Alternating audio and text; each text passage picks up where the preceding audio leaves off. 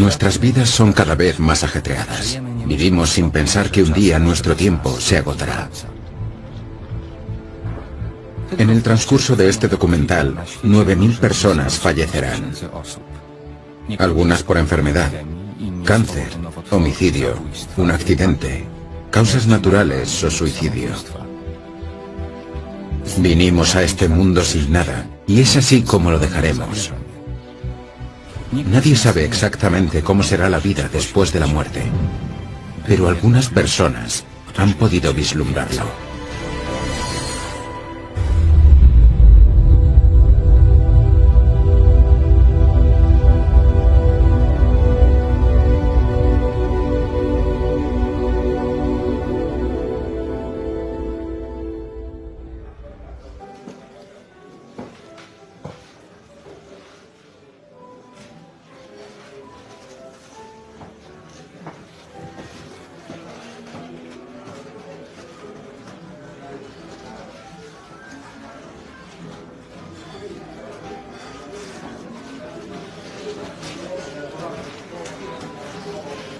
Buenas noches. ¡Aquí estás! Hola. Me alegro de verte. Y yo a ti. Siento llegar tarde. No te preocupes, me alegro de que estés aquí. ¿Quieres beber algo? Un café, por favor. ¿Solo café? Vale. Lo traeré enseguida. Gracias. Siéntate, por favor.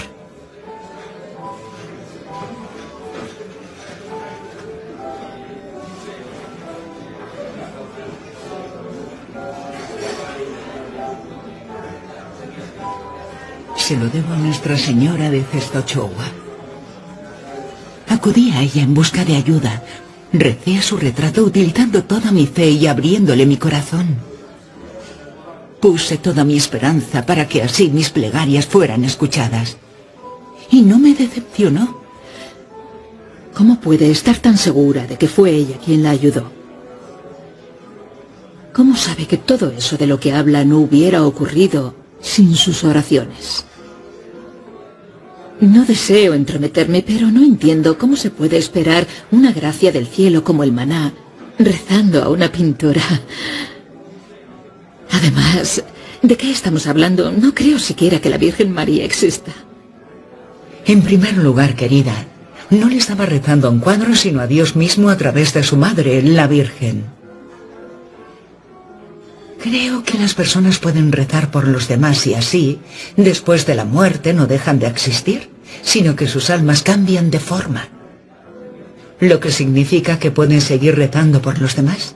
Y cuando están más cerca de Dios, su intercesión puede ser más poderosa. Especialmente la intercesión de María, a la cual Jesús nunca le negó nada. ¿María, la que concibió al Espíritu Santo? Dios mío, qué infeliz puede ser una persona cuando no tiene fe. ¿Usted tiene fe? Sí, la tengo. Esa fue la primera vez que escuché esas palabras pronunciadas con tanta convicción, poder y pasión. Aquí está tu café. Lo siento. ¿Fula? Durante años he anhelado decirlas yo misma. ¡Fula!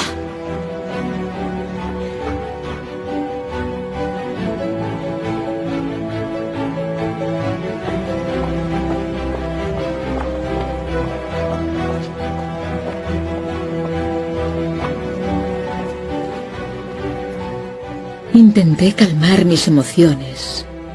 Avergonzada, solo quería huir de aquel lugar. Incluso en mis peores momentos, nadie me había visto llorar. Pero en ese momento, era incapaz de moverme. Por todo mi cuerpo, sentí una energía fuerte y cálida, oleadas de algo abrumadoramente dulce. Algo que, a pesar de que nació de mi interior, era externo, ajeno. Algo que se asentó en mí. A medida que el calor se extendía en mi ser, fui invadida por una profunda paz.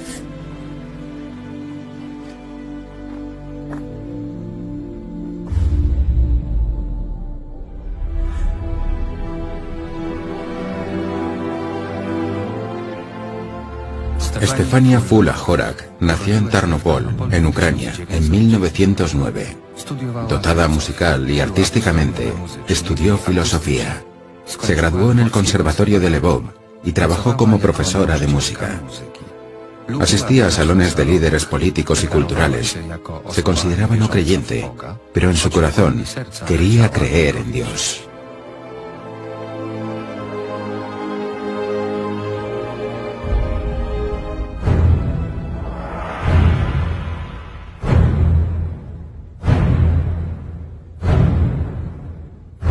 Desde el principio de los tiempos, la gente se ha preguntado qué sucede tras la muerte. En muchas religiones, la vida nunca termina, sino que es un estado interminable del ser. Una vida eterna que existe fuera de las restricciones del tiempo.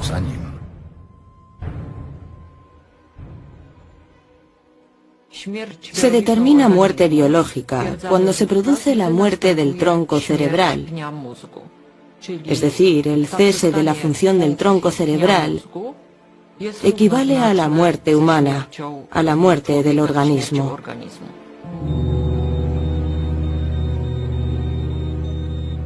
Hablamos de muerte clínica cuando no se detectan signos de vida, es decir, no hay latidos del corazón ni circulación sanguínea, entendida como ausencia de pulso periférico o carotídeo, ni respiración.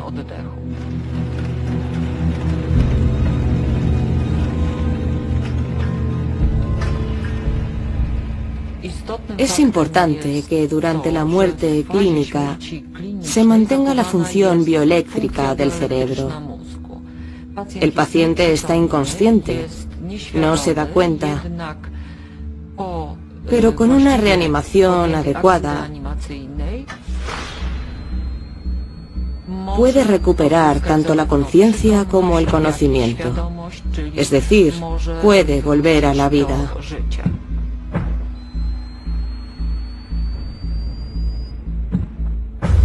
Aproximadamente el 25 o 30% de los pacientes que sobreviven a la muerte clínica informan de algunas sensaciones que experimentaron cuando estaban en la fase de muerte clínica.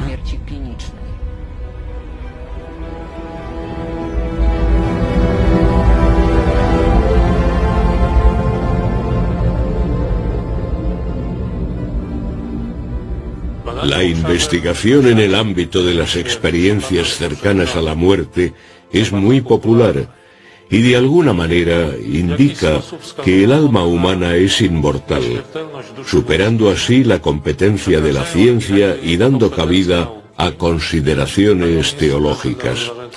¿Por qué?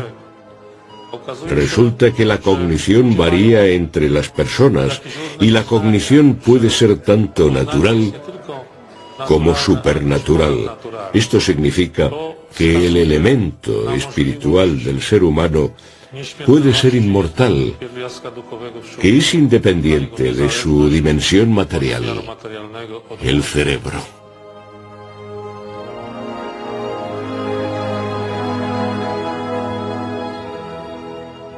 Por otro lado, se crean generalizaciones incorrectas, especulaciones falsas, que afirman que la vida después de la muerte es natural, una mera extensión de la vida humana. Este punto de vista es peligroso ya que suprime la salvación, eliminando el tema de la elección entre el bien y el mal, entre Dios y Satanás, entre el cielo y el infierno.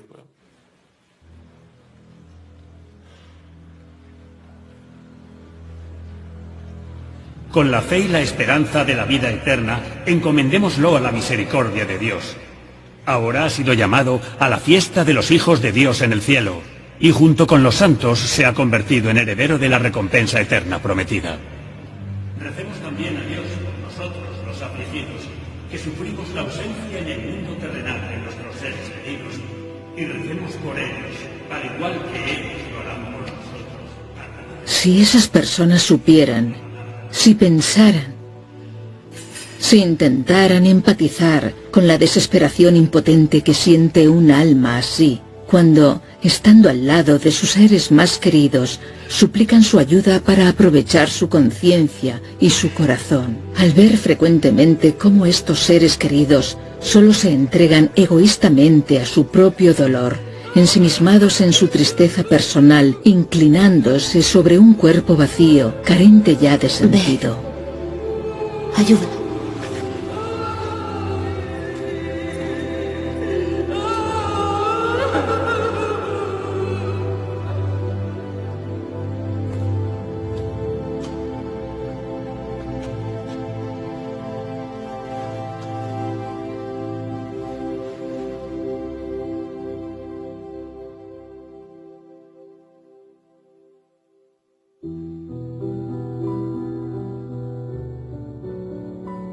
Es por esa razón por la que un alma, privada de la oración de sus seres queridos, la busca entre desconocidos.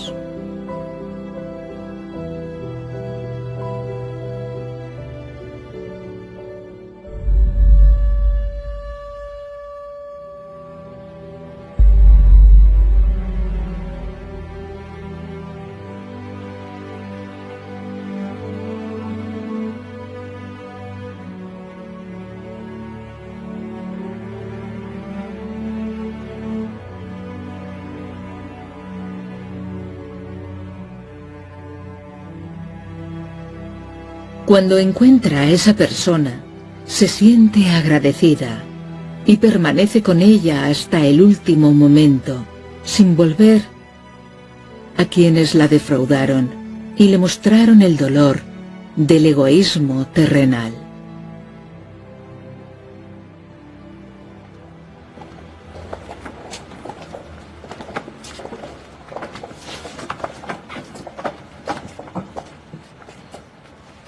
La familia se desespera por su propia desesperación, y los parientes y conocidos, en procesión, siguen con letargo e indiferencia el coche fúnebre, pero nadie se detiene y piensa en rezar. Nadie quiere el silencio, ni siquiera el acto de ir al cementerio para ofrecerlo conscientemente por esa alma errante, que a menudo, entre ellos, se siente perdida y aterrorizada.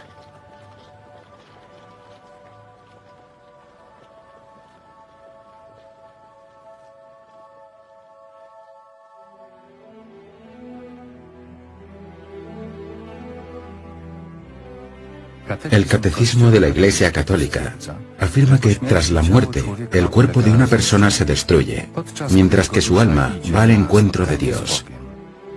Es entonces cuando descubre las consecuencias de sus decisiones en la vida terrenal. Se encuentra en lo que se conoce como el juicio final.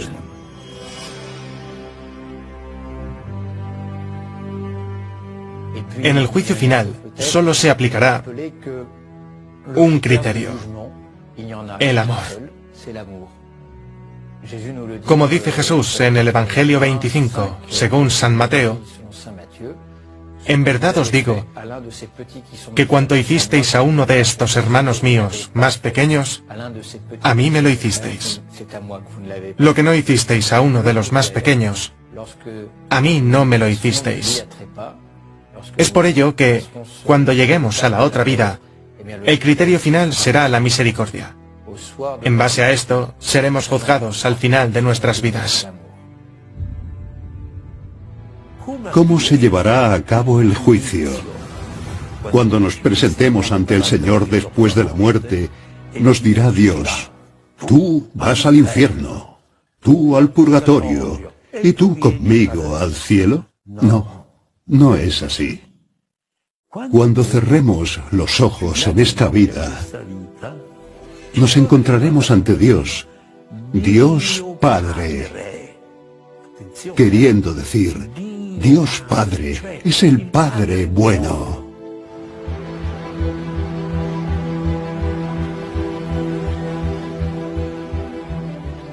La salvación es para todos. Como dice la parábola del Evangelio, todo el mundo recibe este denario, tanto si ha trabajado todos los días como si lo ha hecho en el último momento. Recibe el denario es decir, la salvación, porque el Señor así lo desea. Esto es lo que quiere, que cada persona se salve.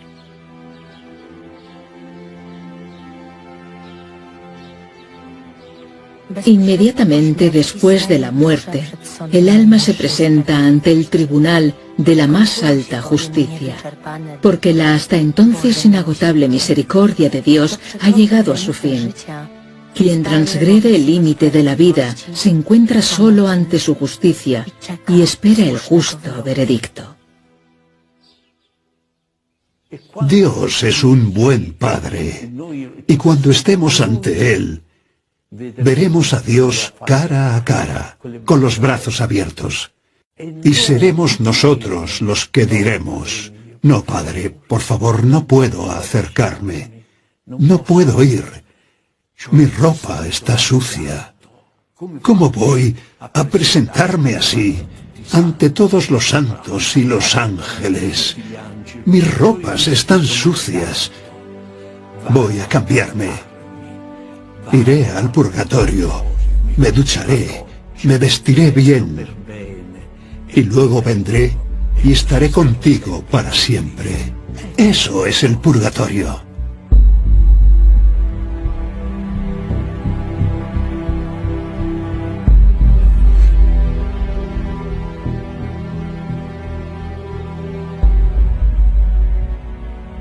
El purgatorio es un elemento de la fe, aunque la propia palabra purgatorio se adoptó en la doctrina de la Iglesia a finales del siglo XV, en el Concilio de Florencia. Los cristianos ya creían en el purgatorio antes de eso, porque siempre habían rezado por los muertos, desde la antigüedad, a través de la Eucaristía en la misa. Antes de ellos, los judíos rezaban también por los muertos.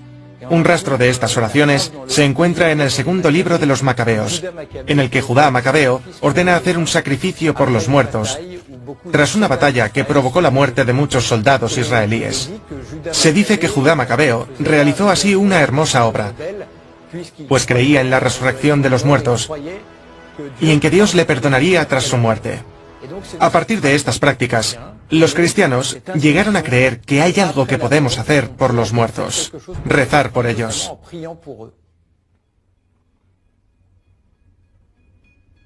Dios, si existes, muéstrame la luz. Saludos. La paz esté contigo. ¿Por qué estás triste? ¿Quién eres? No temas.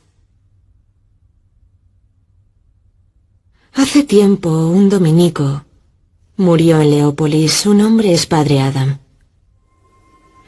Si acudierais a escuchar de corazón una misa por su intención, sería liberado de los tormentos del purgatorio.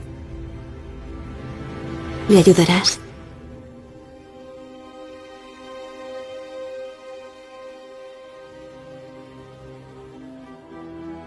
Esta misteriosa monja, que en muchas ocasiones visitó Fula Horak, es Santa Magdalena Sofía Barat, la cual fundó la Sociedad del Sagrado Corazón.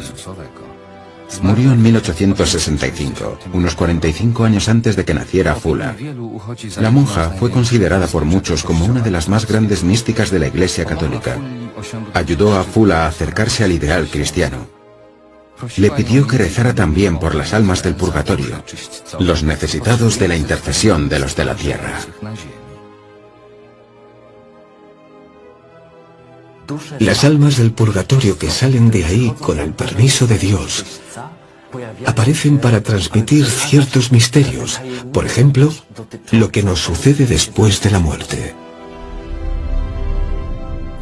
Fula Horak también recibió la visita de las almas de otros santos, como Juan Bosco, Teresa del Niño Jesús, Juan Vianney y Juana de Arco. También acudió a ella la beata Catalina Emmerich. Los visitantes, a los que ella llamaba a sus ángeles guardianes, le transmitieron profundos conocimientos sobre el cielo, el infierno y el purgatorio. Escribió sobre ello en su libro La vida después de la muerte.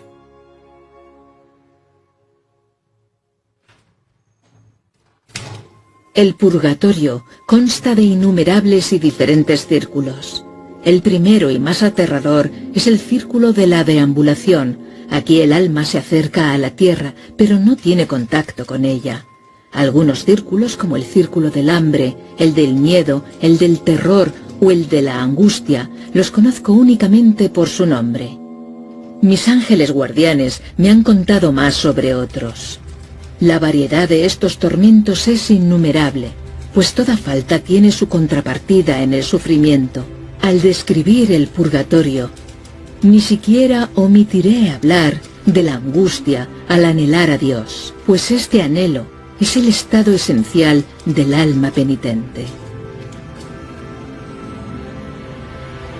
En 1999, el Papa Juan Pablo II, durante su catequesis, también habla sobre el tema del purgatorio. El Catecismo de la Iglesia Católica dedica varios párrafos al purgatorio. El Papa Benedicto XVI escribió sobre ello en su encíclica Spes Salvi. Así que el purgatorio es un dogma de la fe católica. Se pueden decir muchas cosas al respecto.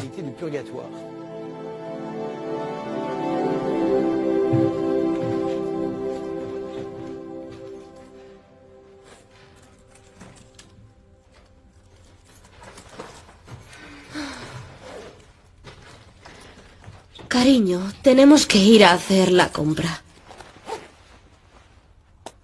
Ya terminó. Pero pensé que íbamos a visitar la tumba de mi padre. Lo sé.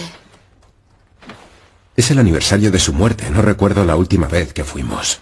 Lo sé, lo sé, lo sé. Sé que lo querías mucho. Pero ya está muerto y para él no importa que vayamos o no hoy a su tumba. Y además, esta noche viene Ana con su nueva pareja. Ya que es supuestamente muy rico. ¿Qué tiene eso que ver? Bueno, Jack trabaja en la industria farmacéutica. Así que estoy segura de que tendréis temas en común.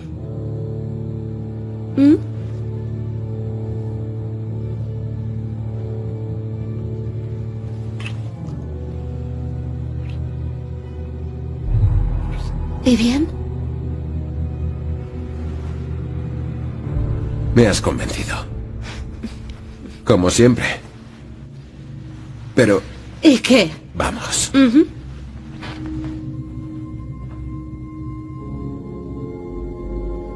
Para un alma condenada al purgatorio, la familia o los seres queridos no importan lo más mínimo, únicamente valoran la ayuda que estos puedan ofrecerle. Y la única forma de ayuda, el único acto de amor que desean y esperan de las personas, en el nombre del es Padre, la del Hijo y oración. del Espíritu Santo.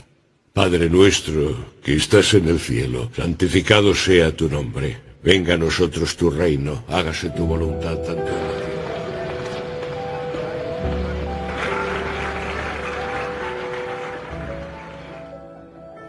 Francesco Forgione, conocido como Padre Pío, nació el 25 de mayo de 1887 en Pietrelcina, en el sur de Italia. En 1907 ingresó en la Orden de los Capuchinos, donde emitió sus votos como sacerdote. Ejerció su ministerio en el convento de San Giovanni Rotondo. Fue uno de los mayores místicos del siglo XX. Recibió de Dios el don de los estigmas, la bilocación y la cardiognosis, el don de conocer el estado del corazón humano.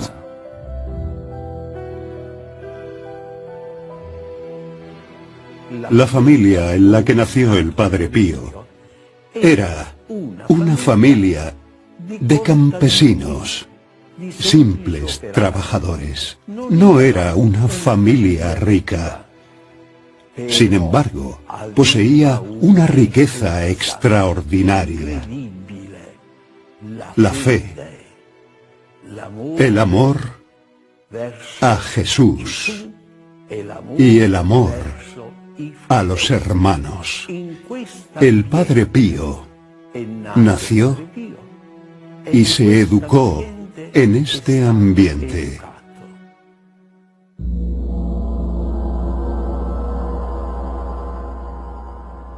El Padre Pío estaba arrodillado, contemplando el crucifijo.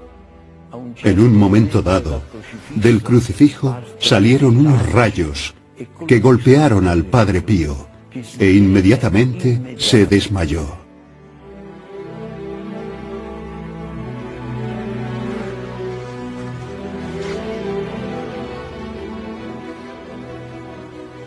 Perdiendo el conocimiento.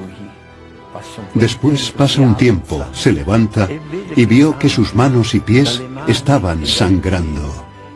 Así que intenta levantarse para volver a la habitación, pero no lo consigue.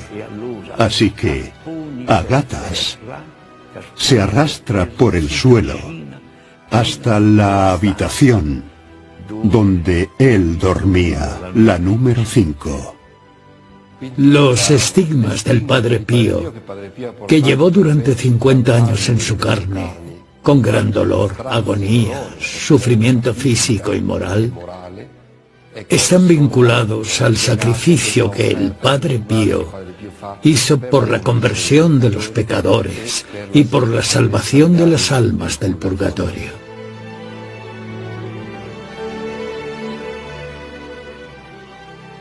A partir del crucifijo, vimos que era una señal de que el sufrimiento no es un fin en sí mismo, sino para su propia purificación, para las obras de misericordia, para reducir los tormentos de las almas del purgatorio.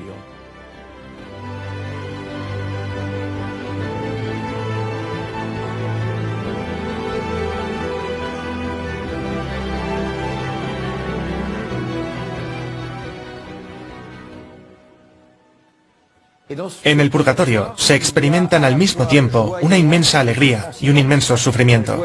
La alegría de la salvación, de ser abrazado en la gloria y el amor. La alegría de que ya no hay pecado. Las huellas del mal, del egoísmo, del orgullo han desaparecido. Y al mismo tiempo, el inmenso sufrimiento que provoca la espera, el anhelo. En el purgatorio, el alma sabe que se ha salvado, que verá el rostro de Dios, que probará esa felicidad inaudita, aunque todavía no.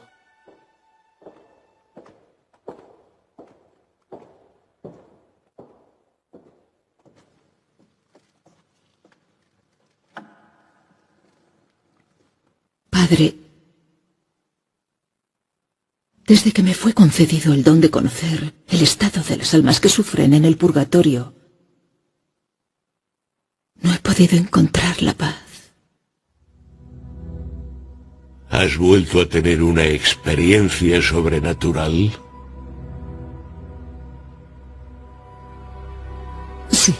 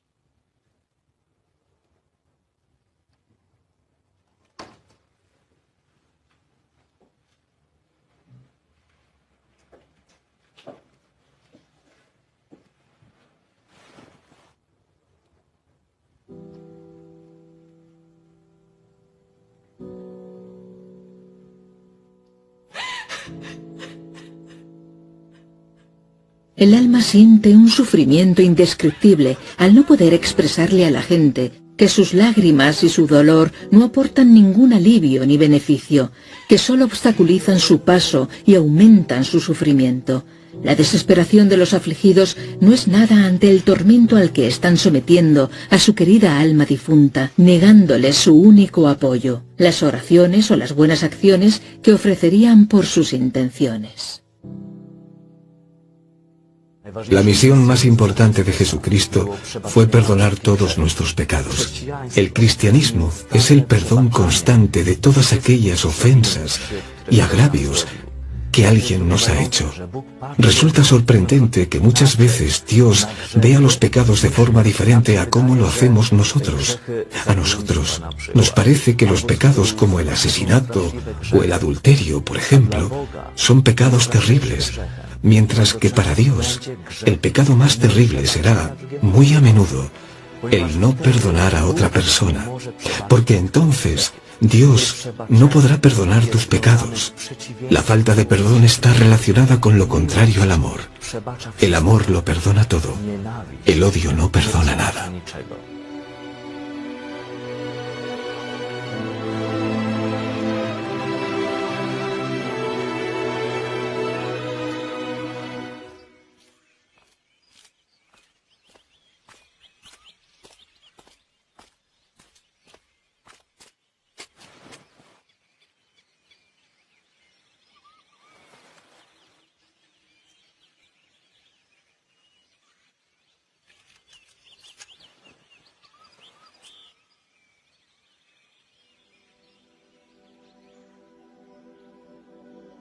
Nada pesa más al alma del purgatorio que el dolor o el odio de los que quedan en la tierra, en contraste con el beneficio mutuo de ofrecer oraciones por los difuntos. El odio resulta perjudicial tanto para los muertos como para los vivos.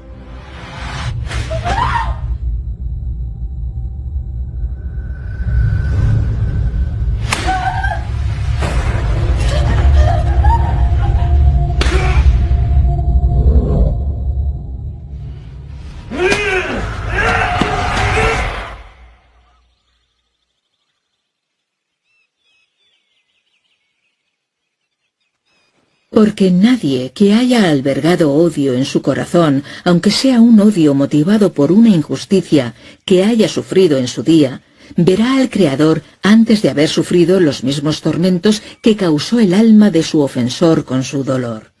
Perdonar a los muertos por amor a Dios y al prójimo supone un inmenso alivio para el alma que sufre y al mismo tiempo proporciona gracia a los vivos. Hay que perdonar todo durante la vida para que se nos perdone todo después de la muerte.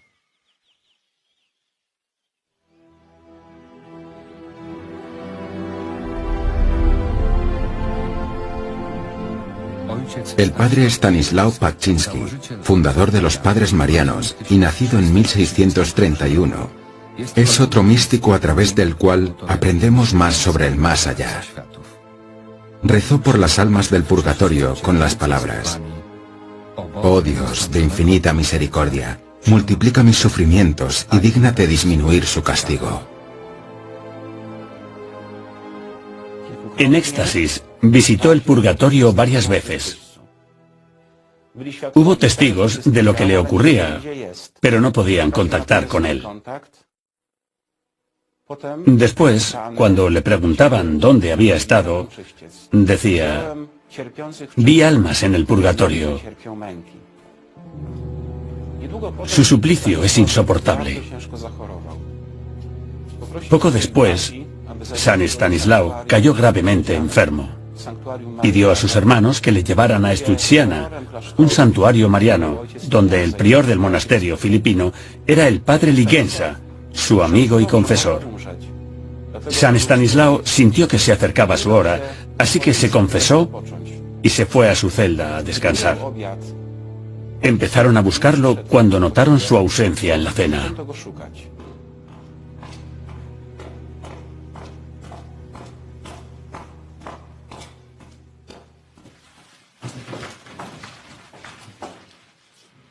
Padre. Padre Stanislao.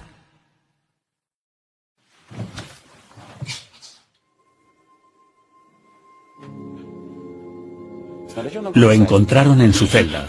Al estar inmóvil, pensaron que había muerto. Uno de los frailes informó de que Stanislao Paczynski había fallecido.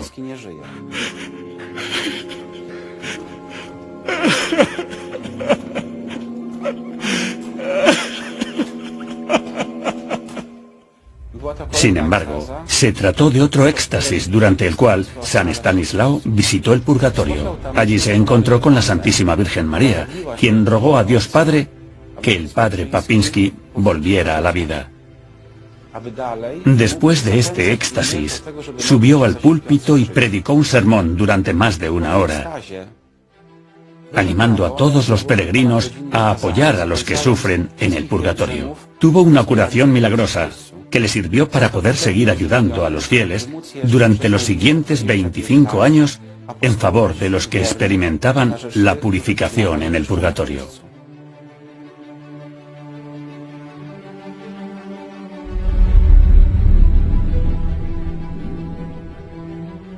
Fundó la Orden de los Padres Marianos de la Inmaculada Concepción de la Santísima Virgen María.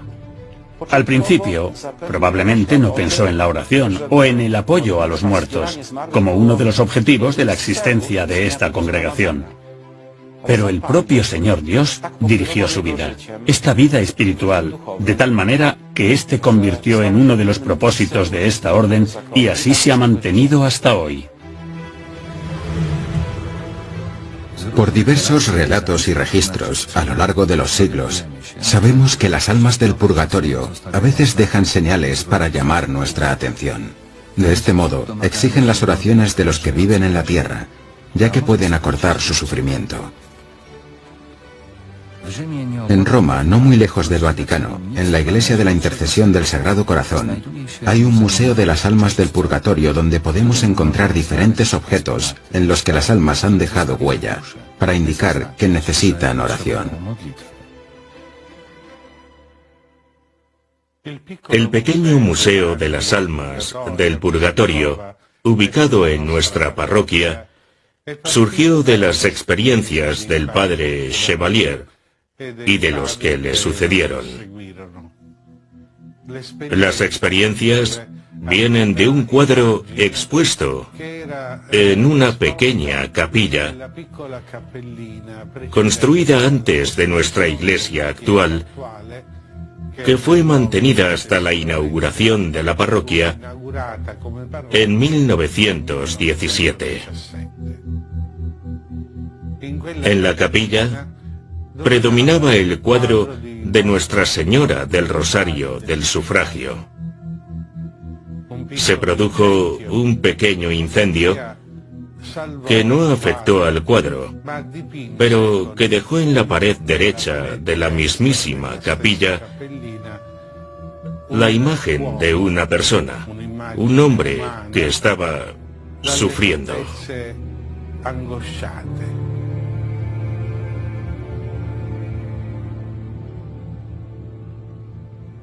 Los padres de la época lo vieron como la petición de una misa de difuntos, de un alma en pena de la que nunca se supo el nombre.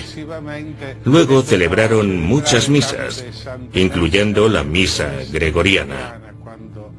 Y la misma cara, aún visible en una pared de la iglesia actual, empezó a serenarse, como si quisiera decir que las oraciones de la misa tuvieron el efecto deseado.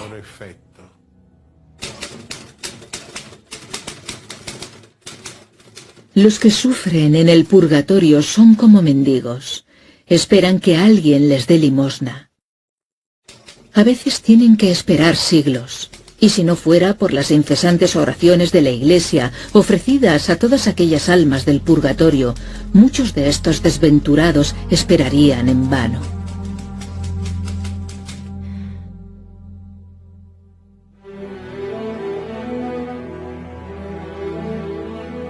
Otra señal que podemos identificar con precisión es que la iglesia se construye en la otra orilla del Tíber, en una zona designada, según la ley romana, de las 10 tablas, como lugar de enterramiento.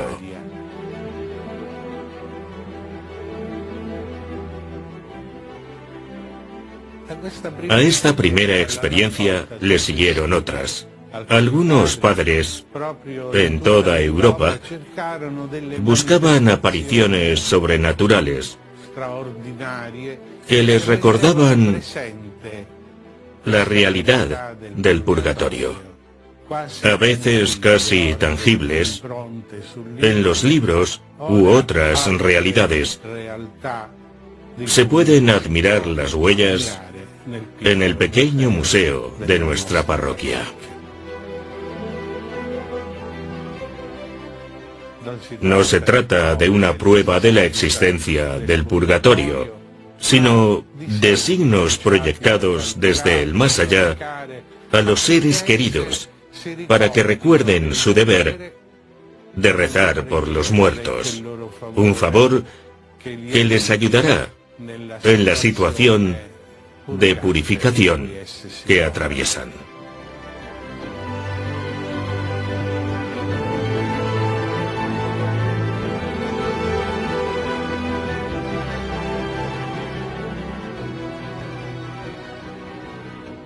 Es importante tener en cuenta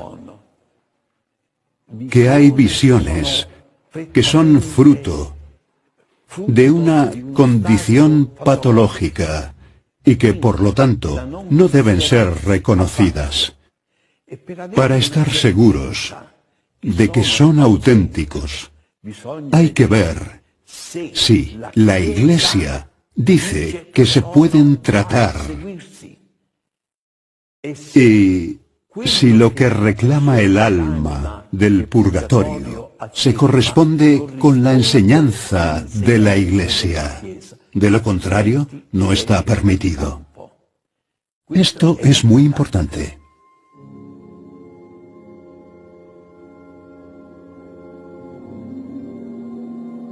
A las almas de ciertos círculos del purgatorio a veces se les permite, con el permiso de Dios, presenciar los sueños de las personas o aparecerse ante ellas.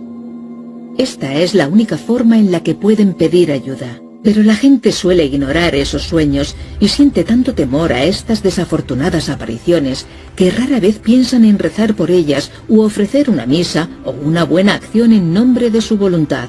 No se dan cuenta de que es una señal del más allá que solo ocurre por la voluntad de Dios y por lo tanto no debería ser despreciada.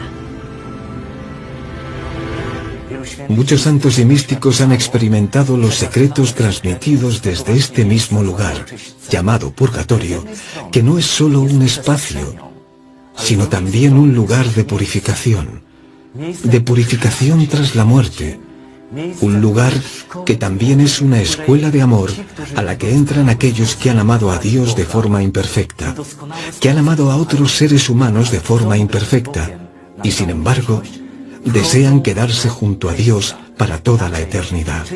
En otras palabras, el purgatorio comienza en ellos, en su purificación, y lo más sorprendente es que la mayor fuerza es aquella a la que las almas del purgatorio llaman fuego purificador, el anhelo de Dios. Sor Faustina Kowalska fue una de las más grandes místicas de la historia de la Iglesia, elegida por Dios para recordar al mundo su gran misericordia. También se encontró con almas que le pidieron que rezara, y además tenía una visión más precisa del más allá. Sor Faustina nos lo confirma y nos dice que el purgatorio es un lugar en el que el alma sufre, no porque haya fuego, sino porque no puede reunirse con su ser querido. A la pregunta de Sor Faustina, ¿por qué el purgatorio?, Jesús respondió: mi misericordia no lo quiere, pero la justicia lo ordena. Algunas personas creen que si se hace una buena confesión, entrarán inmediatamente al reino de los cielos tras la muerte. Sin embargo, se equivocan.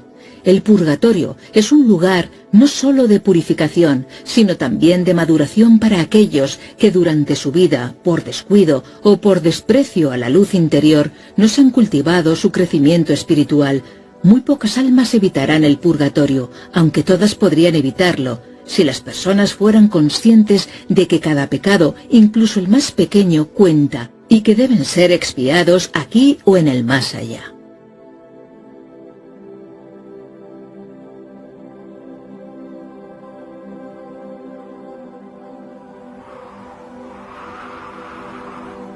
San Stanislao Papinski, acompañando al hetman Jan Sobieski en su campaña contra los turcos en Ucrania, en Podolia, encontró las tumbas de los soldados, caballeros y escuderos que habían perecido allí. En aquel lugar, tuvo una visión de estos soldados que le rogaban que rezara por ellos, porque necesitaban ayuda. Es probable que estas personas, aunque habían servido a su patria, dando la vida por ella, como resultado de albergar algún sentimiento de enemistad, de venganza o de ira contra el enemigo en sus corazones, no estuvieran preparadas para entrar en el cielo, por lo que tuvieron que hacer penitencia en el purgatorio.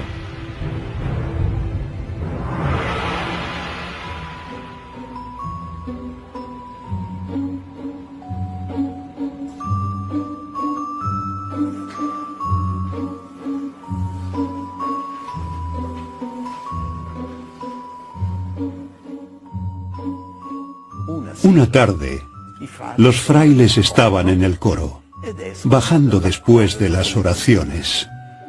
El pasillo era largo y no tenía luz. Había una lámpara a lo largo del pasillo. Empiezan a bajar las escaleras y al dirigirse al comedor para cenar, oyen un fuerte grito desde el patio, en la planta baja.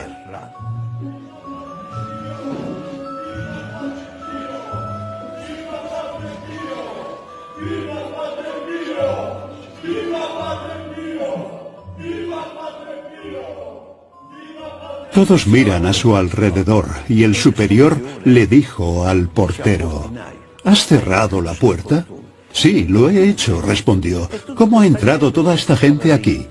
Ve a revisar rápido. El portero bajó.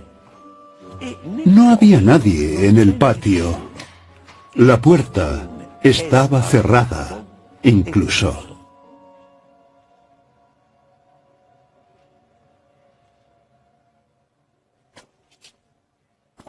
Avisó al superior.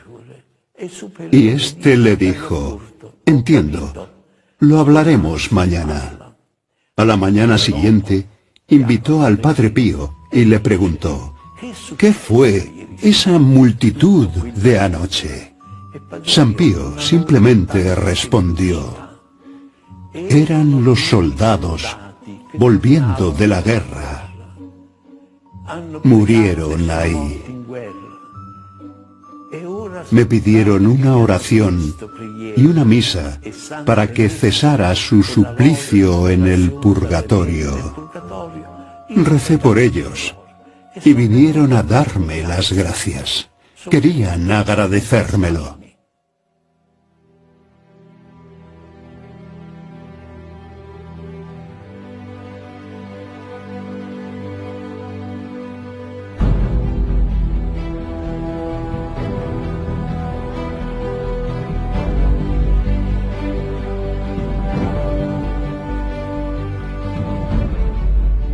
Situado en Normandía, a 150 kilómetros de París, el santuario de Notre-Dame de Montlignon fue fundado a finales del siglo XIX por la iniciativa y la determinación de un cura rural, Paul-Joseph Bouguet. Pronto se convirtió en un centro mundial de oración por las almas del purgatorio. Cada año es visitado por miles de peregrinos que ofrecen a sus seres queridos oración y esperanza. Los peregrinos reciben orientación espiritual y consuelo de los sacerdotes de la comunidad de San Martín. Reciben ayuda de las hermanas de la comunidad Nueva Alianza. Los fieles acuden a nosotros en busca de esperanza. Preguntan dónde están sus muertos. Y a decir verdad, no es algo que les concierne. Es un asunto entre el difunto y Dios nuestro Señor. Sin embargo, pueden rezar por sus seres queridos, confiarlos a Dios. Así habrá esperanza para todos. No sabemos dónde está Adolf Hitler. Puede haber ido directamente al infierno, pero incluso para él hay esperanza.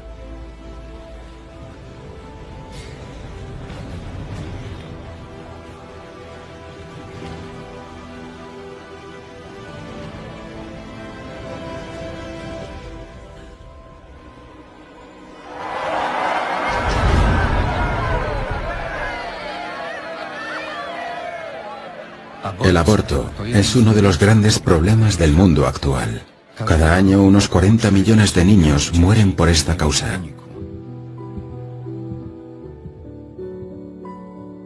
Muy a menudo, las madres no pueden sobrellevar el trauma de haber matado a su propio hijo durante el resto de su vida.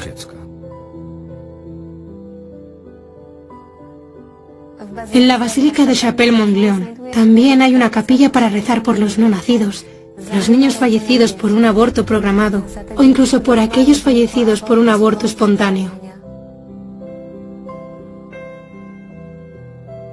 En la capilla hay un libro especial en el cual las madres pueden escribir los nombres de sus hijos fallecidos y así hacernos rezar diariamente por sus almas.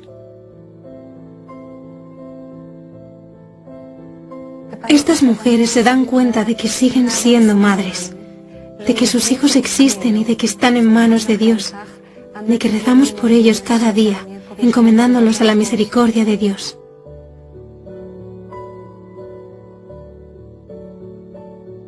El Catecismo de la Iglesia Católica nos anima a rezar por las almas de los más pequeños, por los niños sometidos a un aborto o los fallecidos a través de un aborto espontáneo.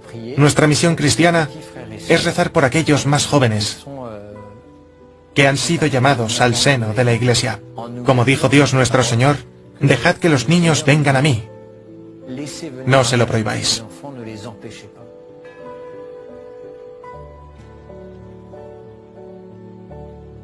Esta oración por los niños sirve como una reconciliación que las mujeres pueden experimentar. Todo esto hace que estas madres puedan volver a sus hogares sabiendo que sus hijos existen y que están bien, lo que llena sus corazones de una profunda paz.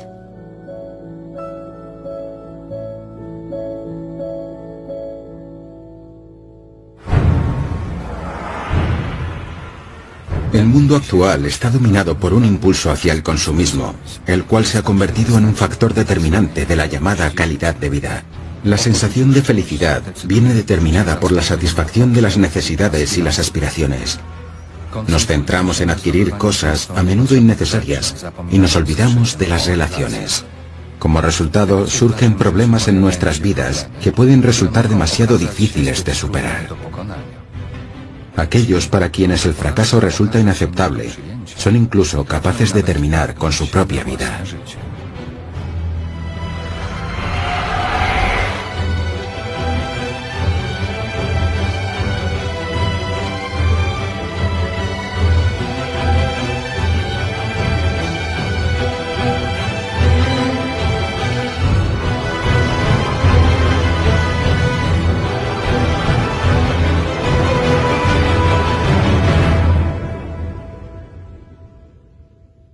El suicidio es un tema doloroso y delicado. Muchos de nuestros peregrinos tienen seres queridos que han intentado suicidarse. A nosotros no nos corresponde decir a dónde van los muertos, incluidos los que se suicidan. Eso lo decidirá nuestro Señor y su misericordia. El suicidio es un pecado grave porque constituye un rechazo a la vida. La pregunta sigue siendo, ¿cuál es la motivación de esta negativa? ¿Enfermedad? ¿Ansiedad? ¿Depresión? Juzgarlo nosotros no es nuestro deber. Solo Dios puede hacerlo. Por eso podemos tener esperanza.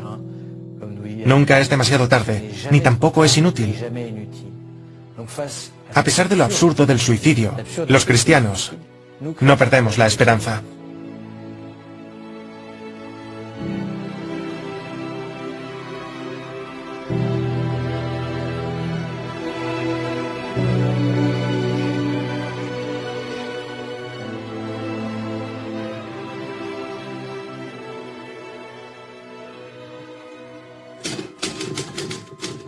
Si la persona que comete suicidio lo hace en un estado de angustia o de agonía y por lo tanto no es plenamente consciente de la responsabilidad de sus actos, Dios, en su infinita equidad y perfecta justicia, no condenará su alma.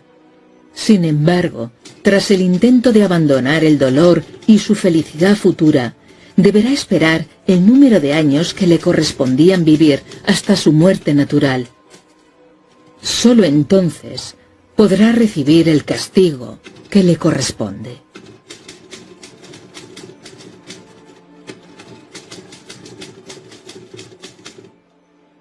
El purgatorio no es solo un espacio, sino también un lugar donde las almas se purifican de los efectos y consecuencias de los pecados que no han sido arrepentidos ni redimidos, los cuales les impiden unirse a Dios, que es 1000 veces santo.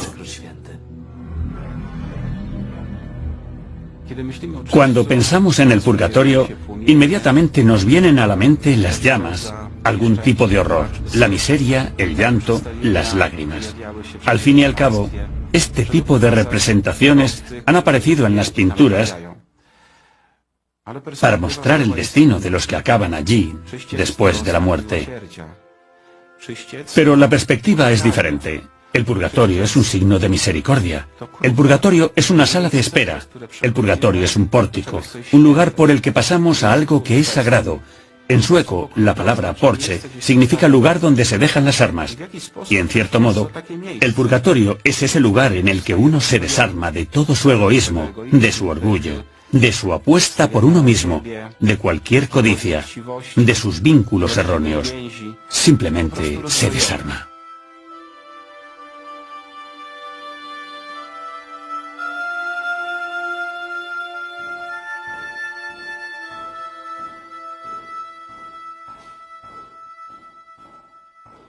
El Padre Pío estaba rezando allí. En un momento dado, se hizo tarde y se levantó, pero al acercarse al enrejado del coro, oye ruidos entre los candelabros del altar mayor que está abajo.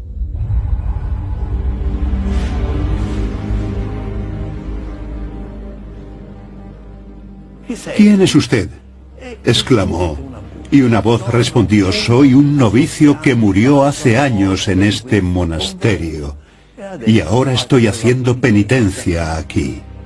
No cumplí bien mis obligaciones, así que ahora tengo que compensarlas aquí. Así que el novicio estaba haciendo penitencia donde cometió sus errores. Las almas del purgatorio que se aparecen a los místicos intentan dos cosas a través de esta aparición.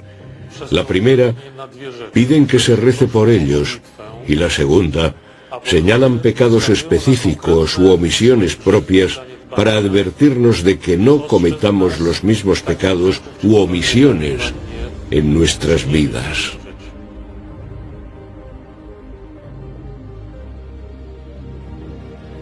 Las almas del purgatorio hablan de un juicio detallado, momento a momento, segundo a segundo, hora a hora. Se nos muestra una película de cómo hemos amado a Dios y cómo no lo hemos amado, cómo hemos amado a otra persona y cómo no la hemos amado, cómo nos hemos amado a nosotros mismos y cómo no lo hemos hecho. Y esta verdad es impactante. Esta verdad es tan impactante que muchas personas son incapaces de soportar esta verdad y eligen estar lo más lejos posible de Dios. Se alejan en la mayor oscuridad y hacen su propia elección.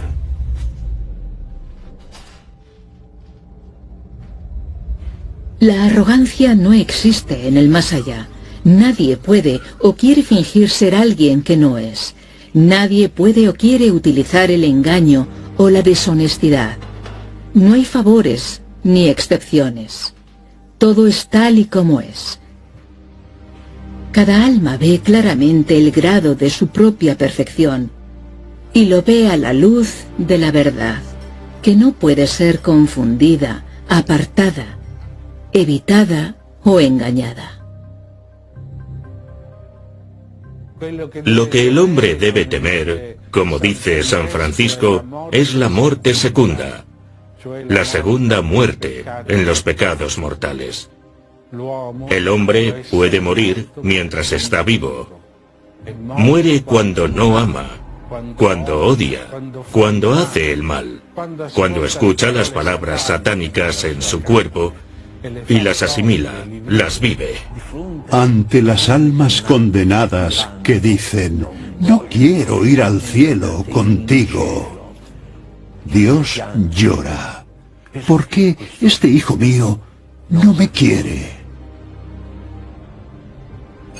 También el infierno está dividido en diferentes e innumerables círculos.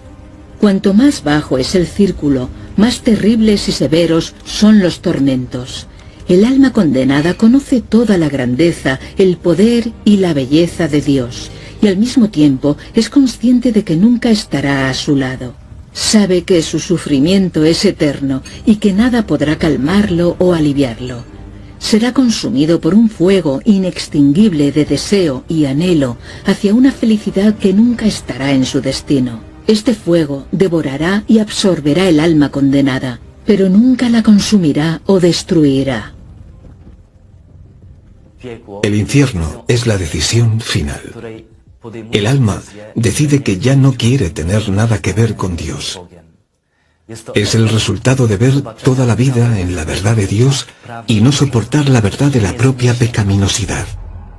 Así que los que corren más riesgo de ir al infierno son los que rechazan la confesión, los que afirman que no tienen pecados que confesar, los que no viven la misericordia de Dios. La misericordia de Dios solo se vive cuando uno reconoce la verdad de su pecaminosidad. Solo entonces pide el rescate, pide el perdón de los pecados. Si alguien no ve sus pecados, no podrá recibir la misericordia de Dios.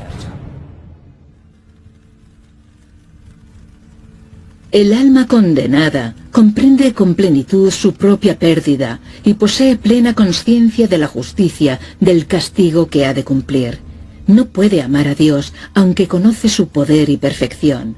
No puede sentir ni remordimiento ni arrepentimiento, ya que estos sentimientos causarían alivio a su alma, como si después de todo pudiera compensar a Dios y pudiera pagar una deuda para recibir su amor. Pero solo podrá albergar sentimientos negativos, desesperación, dolor, impotencia, abandono y sobre todo un odio constante, agotador e ilimitado hacia sí misma y hacia todo. Quien haya rechazado conscientemente a Dios durante su vida será rechazado por Él después de la muerte. Su alma irá a las tinieblas de afuera y allí será el llanto y crujir de dientes. De aquel lugar no habrá liberación ni retorno.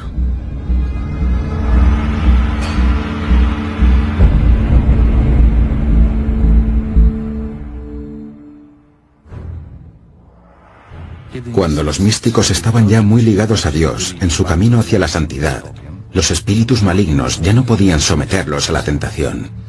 Hubo momentos en los que en su desesperación ejercieron la violencia física contra ellos.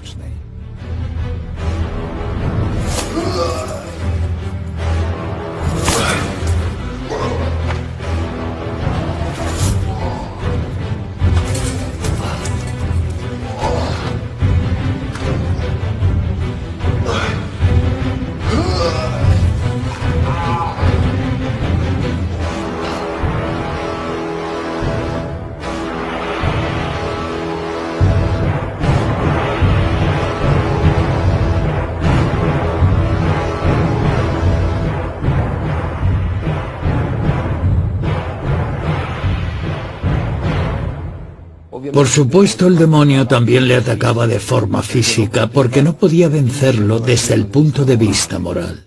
Así que se lanzó contra él, porque Padre Pío se resistía tanto al pecado que no pudo doblegarlo.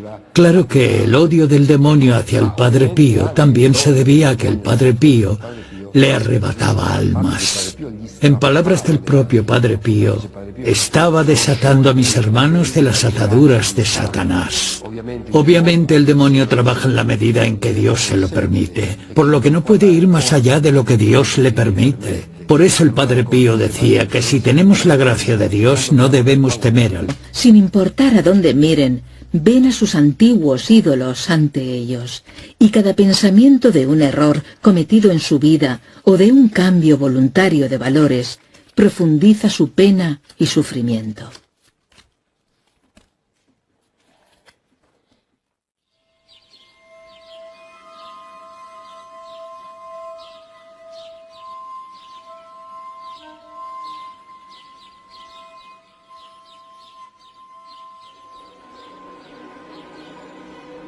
He vivido situaciones en las que me han invitado a casas supuestamente embrujadas.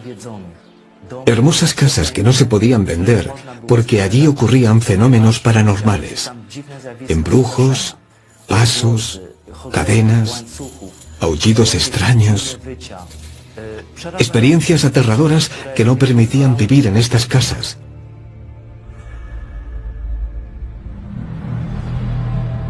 Lo primero que se percibe es la historia de la casa. Cuando hay cuestiones demoníacas, alguien ha estado involucrado en el pecado del ocultismo. Por ejemplo, invocando espíritus, tratando con magia. En ocasiones, en estos espacios pueden habitar espíritus malignos. Es como el territorio de los espíritus malignos que entran en este lugar para afectar a los que viven en la casa.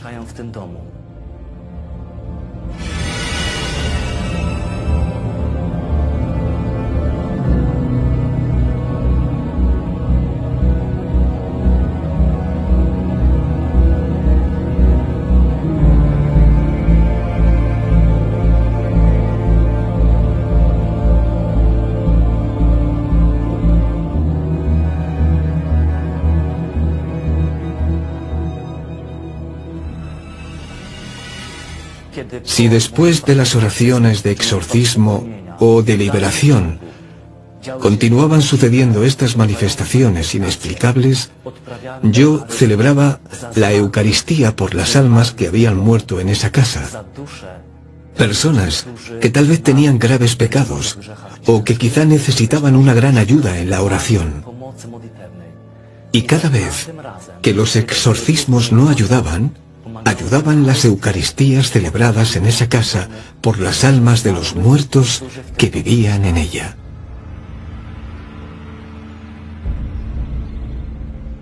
Es posible que se trate de almas purgatorias que, con el permiso de Dios, acuden a este lugar para arrepentirse allí y al mismo tiempo para advertir a los demás de sus pecados, de modo que la gente asocia este lugar con los pecados de esta alma. Santo Tomás justifica teológicamente esta posibilidad. El alma puede hacer penitencia no solo en el purgatorio, que por cierto es más un estado que un lugar, sino en cualquier lugar de la tierra.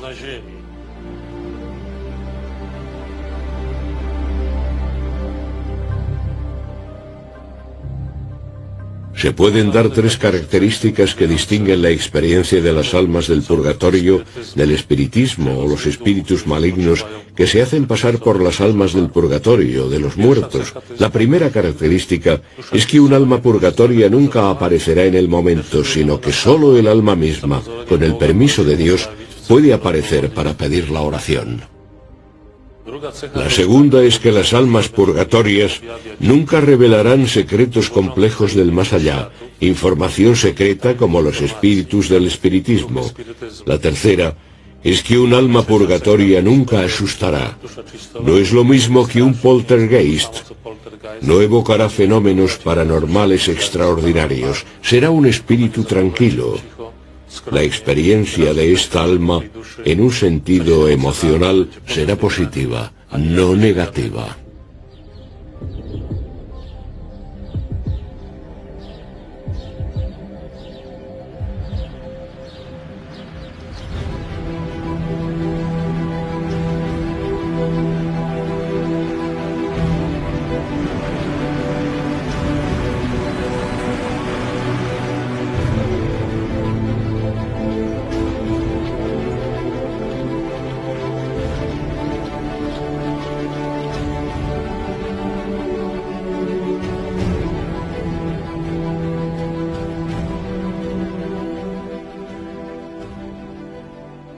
La confesión es una idea sorprendente de Dios para prepararnos para la decisión más importante de nuestra vida, cuando decidiremos si queremos estar o no con Dios.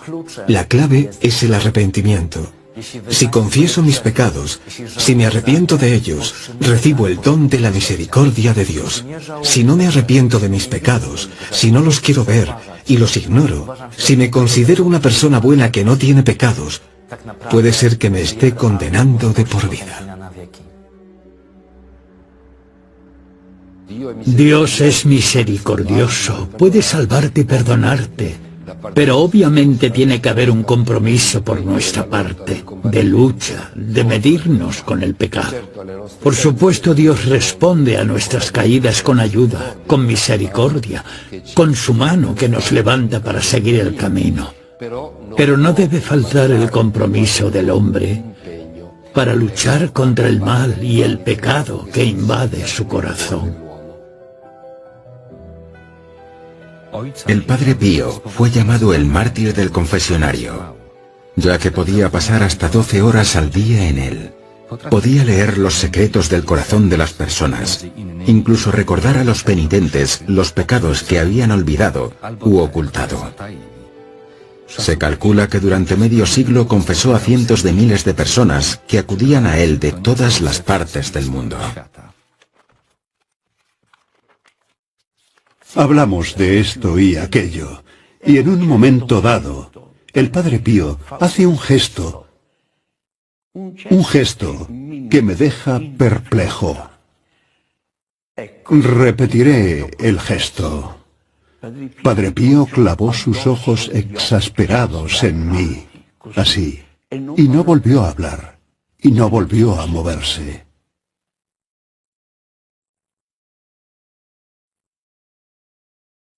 El tiempo pareció detenerse. Los otros dos monjes guardaron silencio y yo también. Luego se relajó y empezó a hablar con normalidad. La conversación fluyó a su ritmo original. Este fue el momento en el que el Padre Pío miró dentro de los corazones. La gente solía confesarse por curiosidad. Por este motivo, el Padre Pío les decía: abajo, cambia tu vida. Así que la espiritualidad del Padre Pío consistía en salvar, perdonar y dar esperanza de una vida mejor.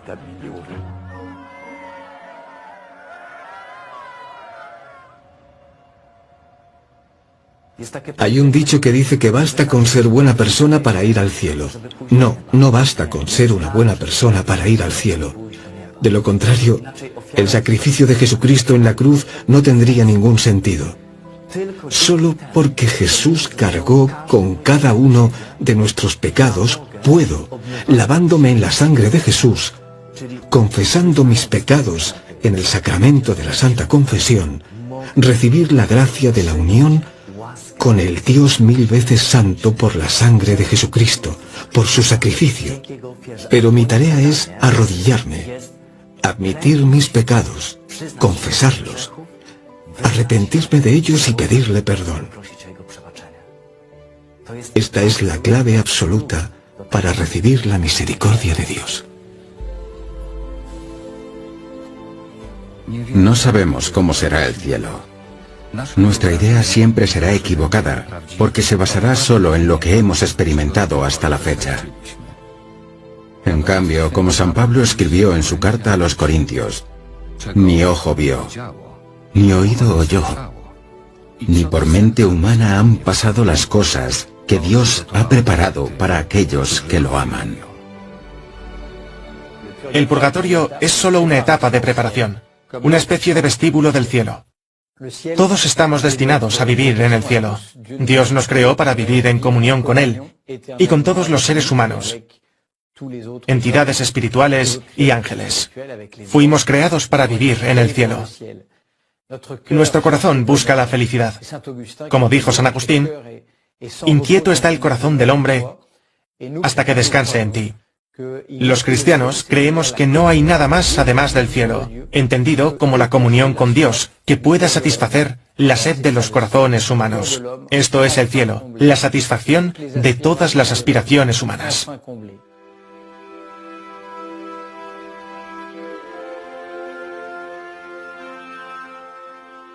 Porque en el paraíso, y yo diría también, especialmente en el purgatorio, no hay ni reloj, ni calendario. Solo existe la vida en Dios, la eternidad, una continuidad de alegría y serenidad. Al amar a Dios y al prójimo, presagiamos nuestra existencia en el cielo.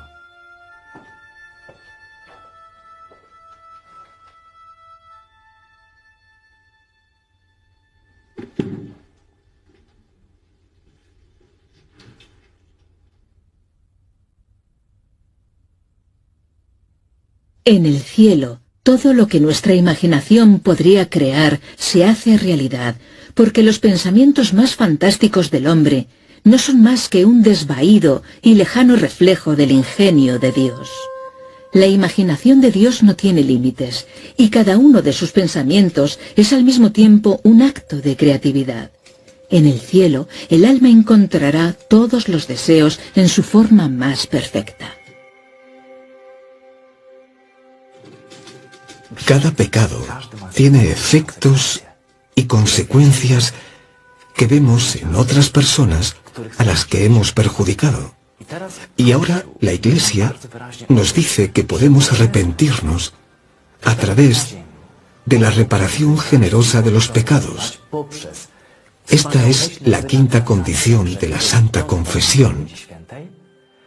Arrepentirse de cada pecado, enmendar a través de pequeñas mortificaciones, sacrificios, renuncias, pero de tal manera que duela.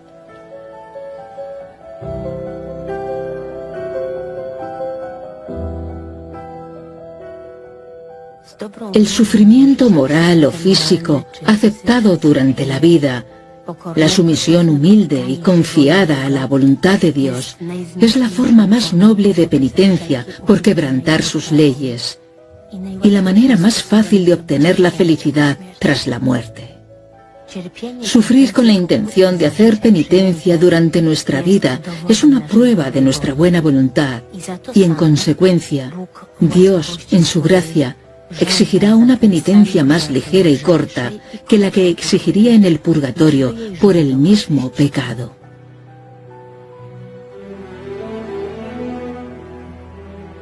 Los místicos dicen que el menor de los sufrimientos en el purgatorio supera al mayor e inimaginable desde nuestro punto de vista en la tierra.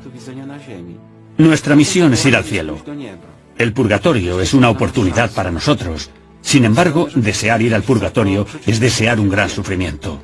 Y puede ser mejor desear ese sufrimiento en la tierra, vivir el purgatorio en la tierra, con el fin de ir al cielo desde aquí.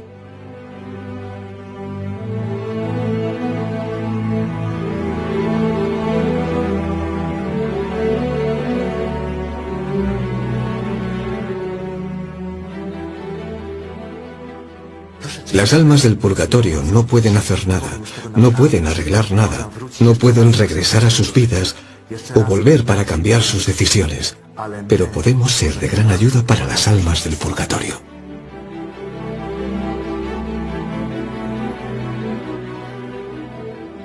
Este sacrificio de almas puede ser ayudado por la oración, la caridad y el sufrimiento. Por tanto, la oración, la caridad, el amor al prójimo y el sufrimiento. Los sufrimientos que caen en nosotros a pesar de nuestra voluntad, como el calor, el frío, el dolor de muelas, el dolor de cabeza, las desavenencias familiares, son todas formas de sufrimiento. Perdemos estos dones del sufrimiento. Tratamos de destruirlos de inmediato, de escapar de ellos siempre que podemos. Pero incluso estos momentos en los que sufrimos, ofrezcámoslos al Señor por las almas del purgatorio.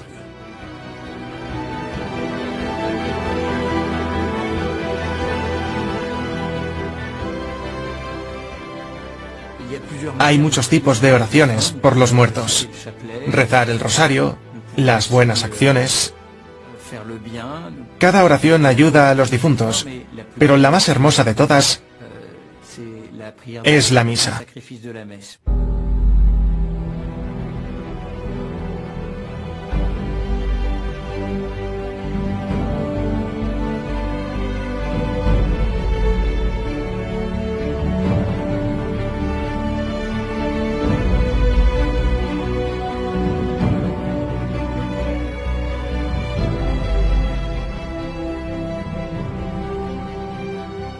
Durante la misa, Cristo se ofrece a Dios nuestro Señor y nos encomienda a todos nosotros, reunidos en torno al altar, así como a todos los difuntos que esperan nuestras oraciones.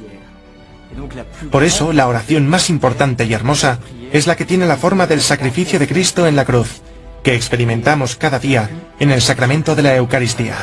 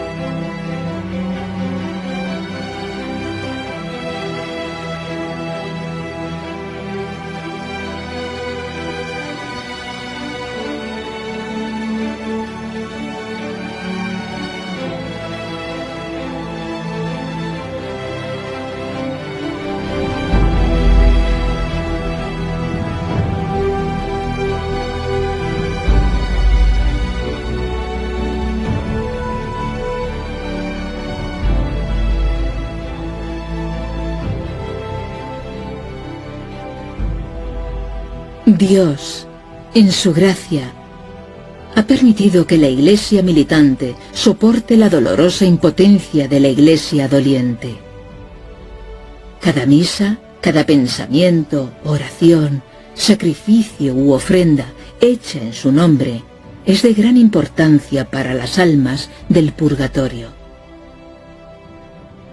Porque la oración es tan indispensable para el alma penitente como el alimento para el cuerpo.